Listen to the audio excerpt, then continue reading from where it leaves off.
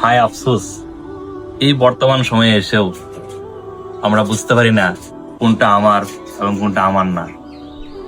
আমি প্রায়শই দেখি বিভিন্ন মসজিদ যখন নামাজ পড়ি, এখনো অনেকেই 2 টাকা একটি সেরা নোট বা 5 টাকার কয়েন দান করে, মনে করে যদি দান করি আমার সম্পদ কমে যাবে।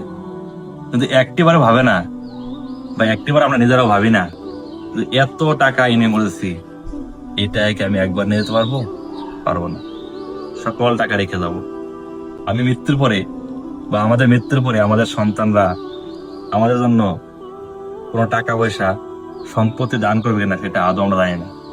অর্থাৎ আমি বলতে চাচ্ছি, আমি আপনি জীবিত অবস্থায় এই নিজ হাতে যা দান করে যাবো আমার সম্পত্তি থেকে, আমার আয় থেকে, সেটাই পরে আমার কাজে লাগবে। কারণ আমি মরার পরে আমার সম্পত্তি আমার কাজে লাগবে না, কখনোই লাগবে না।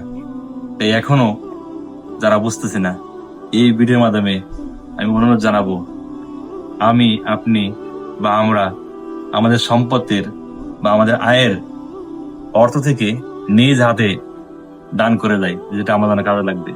সবাইকে আল্লাহ তাআলা বুঝ দান করুক।